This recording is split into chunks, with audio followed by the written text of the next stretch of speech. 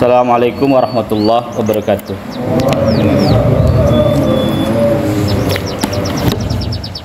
Alhamdulillah, alladzi arsala rasulahu bil huda wa dinil haq liyudhhirahu 'ala dini kulli walau karihal musyrikun. Asyhadu an la ilaha illallah wahdahu la syarikalah, asyhadu anna Muhammadan abduhu wa rasuluh alladzi la nabiyya ba'da, amma ba'd.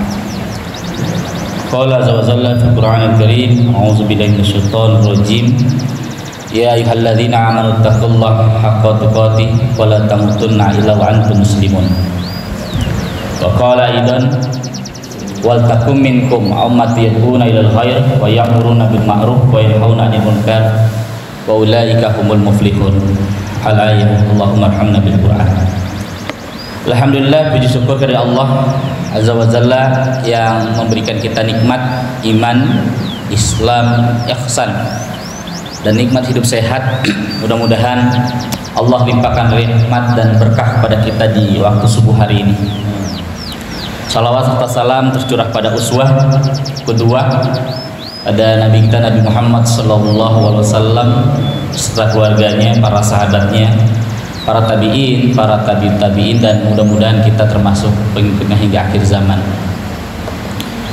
Kita doakan juga kepada orang tua kita hari ini yang sakit, semoga Allah angkat segala penyakitnya, dan sakit yang ia rasa sebagai peningkat derajat keimanan dan kesabarannya.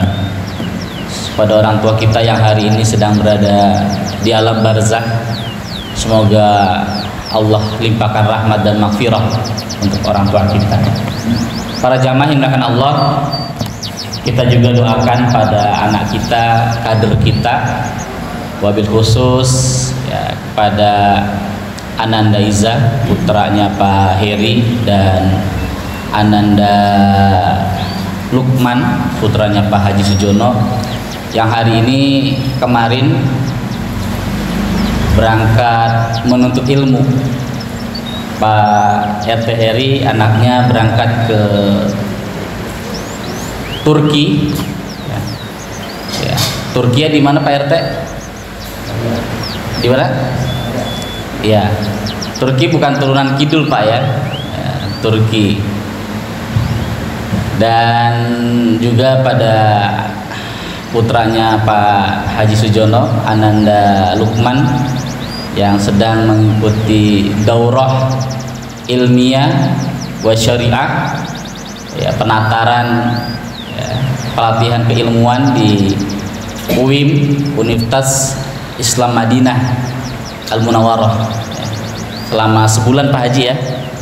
Mudah-mudahan nanti bisa berangkat menuntut ilmu ke Masjid Nabawi. Alhamdulillah, ini merupakan satu karunia syukur kita kepada Allah ya. Dan akan ada terus ya di kampung kita yang melanjutkan perjuangan. Dan juga anak-anak para jamaah yang hari ini sedang menuntut ilmu ya, semoga semuanya di dalam keadaan kelancaran. Para jamaah yang dimuliakan Allah Subhanahu wa taala, hari ini kita bedah tentang yang namanya hati. Dalam bahasa Arab hati itu qalb, pakai qaf bukan ka ya. Qalb, qalbun ya, qalbun. Nah, hati ini manusia yang mengelola jiwanya itu adalah kita. Makanya kata Rasulullah SAW, iman ya, yazidu wa yanqus. Iman itu kadang naik dan juga kadang turun. Hati itu kadang selalu berubah hati ya, makanya Nabi mengajarkan kepada kita dengan doa, ya muqallibal qulub tsabbit qalbi ala dini wa ta'ati. Wahai zat pemilik hati. Siapa? Allah. Muqallibal qulub tsabbit qalbi ala dini wa ta'ati. Tsabit, sabat, tetapkanlah aku dalam keimanan, ketakwaan, dan tetapkanlah aku dalam ya keistiqomahan, ketaatan. Kemudian juga ada doa dalam Al-Quran, Rabbana la tuzigh qulubana ba'da is hadaitana wa hab lana min ladunka rahmah innaka antal wahhab. Rabbana ya Rabb la tuzigh qulubana, janganlah engkau condongkan hati kami, ya. Is hadaitana wa hab lana min ladunka rahmah, setelah engkau berikan kami petunjuk. Ya Allah, janganlah engkau berikan, ya, kemaksiatan, ya, condong hati yang maksiat setelah kami diberikan petunjuk. Oleh karena itu para jamaah yang dimuliakan Allah, kita minta sama Allah, ya, agar hati kita ini selalu tetap, ya, selalu tetap. Oleh karena itu kita harus tahu, ya, apa saja yang membuat hati ini tidak tetap atau rusak. Makasih Pak.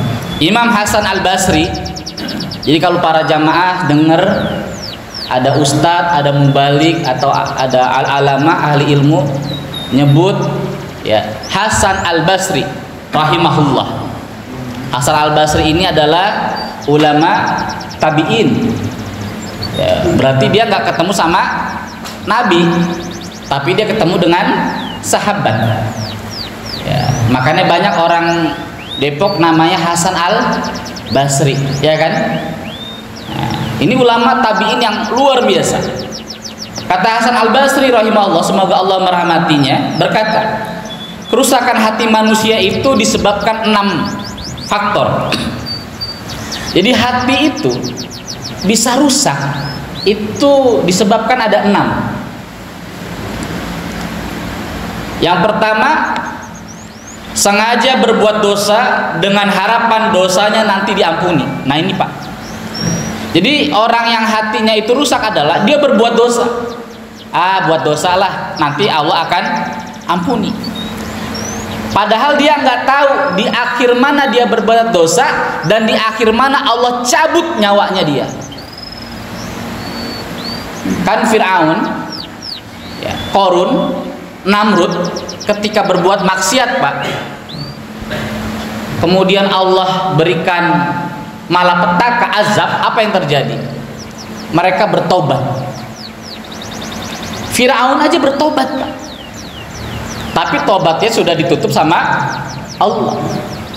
Jadi ketika seseorang dicabut nyawanya oleh Allah ke kerongkongan Pak, di situ Allah menutup taubat manusia. Allah buka taubat manusia. Allah sebagai Al-Maghfur, sebagai Al-Ghaffar, yang maha mengampuni, At-Tawwab, ya, maha penerima taubat, Ar-Rahman, maha pengasih, Ar-Rahim, maha penyayang. Nanti Allah akan tutup ketika manusia Allah cabut nyawanya di kerongkongan, ya, di kerongkongan. Makanya sebelum Allah cabut nyawa kita, ya, kita minta sama Allah. Makanya para jamaah yang dimuliakan Allah, ya, bagaimana amal ibadah kita diterima sama Allah? Dalam hati kita, sholat subuh ini yang kita lakukan, ya, mudah-mudahan ini menjadi subuh yang terbaik buat kita. Karena kita nggak tahu esok hari Senin kita ketemu subuh atau enggak. Jadi orang yang hatinya rusak adalah dia selalu berbuat dosa, bahkan sengaja berbuat dosa dengan harapan Allah pasti akan ngampunin. Iya, tapi kita nggak tahu di mana Allah itu nanti cabut nyawa kita Pak. Yang kedua, orang yang hatinya rusak adalah dia memiliki ilmu tetapi tidak diamalkannya. Nah ini hati-hati nih Pak, ya. Kabura maqtan indallahi an taqulu ma la taf'alun. Amat besar kebencian Allah orang yang punya ilmu tapi nggak diamalkan, ya. Oleh karena itu ilmu yang kita cari, yang kita kejar, ya, setiap ba'da subuh, kemudian setiap Sabtu malam Senin, dan taklim-taklim yang lain. Buat apa kita mencari ilmu? Biar kita berbahagia. Kita cari ilmu khasyah, ilmu yang mendekatkan kita kepada ma'rifatullah, mengenal Allah, mencintai Allah. Nah, kalau kita melahirkan ilmu yang ma'rifatullah, mengenal Allah, maka dimanapun kita akan tenang, bahagia. Karena ada orang berilmu, Pak, dia nggak bahagia. Ada orang berilmu, ilmunya banyak, tapi dia nggak bahagia. Makanya kita minta sama Allah, Rabbi zidni ilman warzuqni fahman.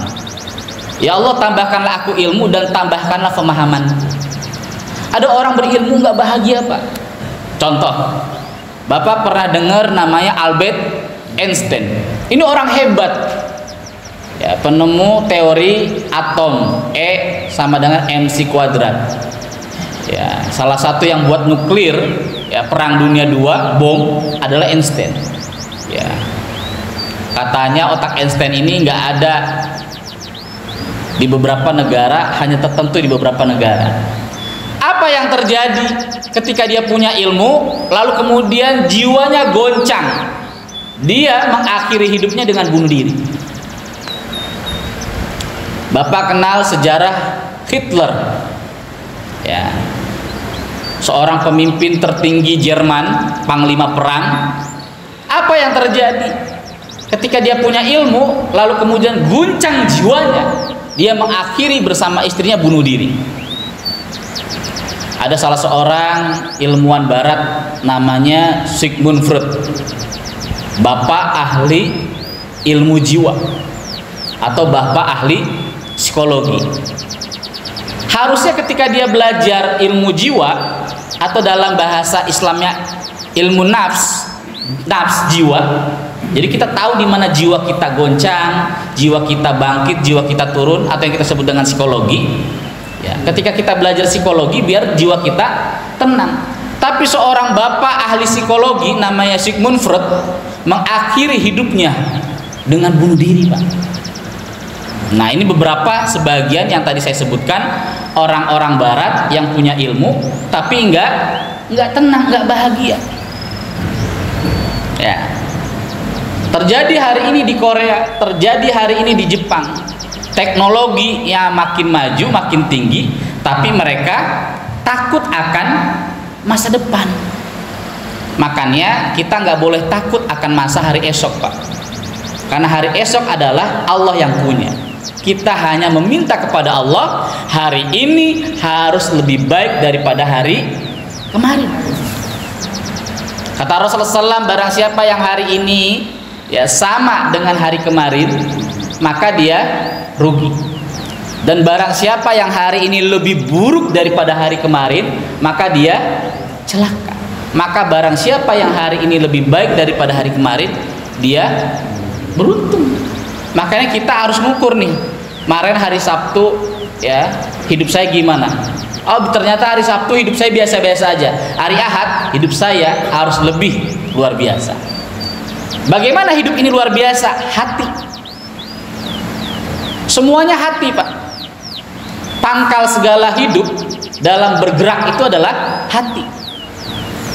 Yang ketiga yang menyebabkan hati itu jadi rusak adalah apabila beramal tidak ikhlas. Nih, hati-hati, Pak. Dia beramal tapi tidak ikhlas. Dalam hadis Rasulullah SAW, man hamada nafsahu ala amalin salih faqad dalla syukrahu wa hafidat a'maluhu. Barang siapa memuji dirinya karena amal soleh yang dikerjakannya, maka benar-benar tiada arti rasa syukurnya dan terhapus amalnya. Jadi barang siapa yang memuji amalnya, ya, maksudnya nggak ikhlas, ya, maka Allah benar-benar tiada rasa masa syukurnya dan terhapus amalnya. Amalnya nggak akan dihapus sama Allah. Bahkan dalam hadis riwayat Ad-Dailami, innal ujuba la yuhbitu a'malu sab'ina sanah. Sesungguhnya ujub, merasa diri paling benar, itu dapat menghapus amal baik yang telah dikerjakan seseorang selama 70 tahun. Hati-hati nih dengan penyakit ujub. Ya, penyakit hati itu ada ujub, hasud, ria, ya, sum'ah, ya, dan sebagainya. Nah, tentang ujub Rasulullah mengancam, ya. Kata Rasulullah SAW, innal ujiba, sesungguhnya ujub, ya, la yuhbitu amalu sab'ina sanah. Sesungguhnya ujub itu dapat menghapus amal baik yang telah dikerjakan orang itu selama 70 tahun. Nauzubillah min jalik. Hati-hati, Pak. Makanya kata Rasulullah SAW, ria itu berjalan di batu yang diibaratkan, kata Rasulullah, ya, penyakit ria itu diibaratkan seekor semut yang hitam berjalan di batu yang hitam kecil dan berjalan pada malam hari. Kelihatan nggak, Pak Bu? Enggak. Makanya kita ketika ada rasa ujub, ya, dengki, hasud, segera apa?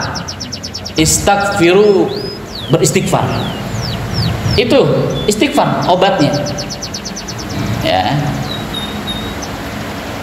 Dan orang yang ujub ini, Pak, amalnya, baiknya selama 70 tahun. Kalau umurnya sampai 70 tahun, Pak, ya, Allah hapus tuh amalnya, Pak, ya. Kita minta sama Allah jauhkan dari kita segala sifat ujub. Yang keempat, yang menyebabkan hati menjadi rusak, ya, yang keempat adalah memakan rizki Allah tetapi tidak pernah bersyukur. Dia makan rezekinya Allah tapi nggak pernah bersyukur. Sampai Allah memberikan informasi, la in syakartum la zidannakum wa in kafartum in azabi lasyadid. Barang siapa yang bersyukur kepada Allah, Allah tambah, la zidannakum wa in kafartum in azabi lasyadid. Barang siapa yang kufur, ingkar terhadap nikmat yang Allah berikan, nggak terima kasih sama Allah, inna azabi lasyadid, sesungguhnya azab itu sangat, ya, keras, pedih. Kata Buya Hamka dalam tafsir Al-Azhar, azab bagi orang yang tidak bersyukur itu bukan nanti di akhirat aja, Pak. Di mana? Di dunia. Nggak pernah bersyukur, akhirnya apa? Allah tanamkan sifat rakus, tamak. Itu yang ditangkap sama KPK, Pak, Bu, ya, korupsi, maling, ya, nyopet duit negara. Duit siapa itu? Ya, duit rakyat. Siapa yang ngambil? Ya, orang-orang yang hartanya ada di mana-mana. Ya. Kita nggak bisa bayangkan itu ngambilnya duit pakai apa, ya kan? Ya. Para maling-maling itu, ya, kenapa dia melakukan seperti itu? Apakah dia miskin? Enggak, karena tidak bersyukur. Makanya kita minta sama Allah sifat apa? Qanaah, menerima ketetapan segala yang Allah berikan, bersyukur terhadap nikmat yang Allah berikan. Ya. Bu, Pak, makannya kalau di rumah, ya, istri masak, kita kagak makan, nah itu kita nggak bersyukur. Istri masak, ya, toge terus, ya, tempe, telur, gimana mau sehat nih, Bu? Ya, nggak bersyukur. Jalan, Pak, jalan aja. Bu, dari kemarin kok tempe terus, nah jangan, nggak boleh tuh. Diganti, rubah, Bu, coba, ya, menunya diganti variatif, ya. Kemarin makan tempe, sekarang makan orek. Ya, ya, ya, ya, Bu, coba dari kemarin telur dadar, sekarang diganti telur bulat. Nah, itu variatif. Jadi orang yang rusak hati itu adalah apa? Memakan rezeki Allah. Wah, Bu, ada nggak yang kita ambil di dunia ini rezeki yang tidak dari Allah? Tidak ada, tidak ada. Makanya kita jangan minta ke siapa-siapa kecuali kepada Allah. Dan orang ini dikasih rezeki Allah tapi nggak pernah bersyukur. Bagaimana kita bersyukur kepada Allah, cara mengungkapkannya? Nah, tadi ya, melakukan ketaatan, bersyukur. Kita punya rezeki nih, ya. Ada, walaupun rezekinya nggak harus besar, kita kasih. Apa? Bukti syukur kita, ada pembangunan masjid. Wa nasrullah fatun qarib. Aqulu qouli hadza wa astaghfirullakum. Wassalamualaikum warahmatullahi wabarakatuh.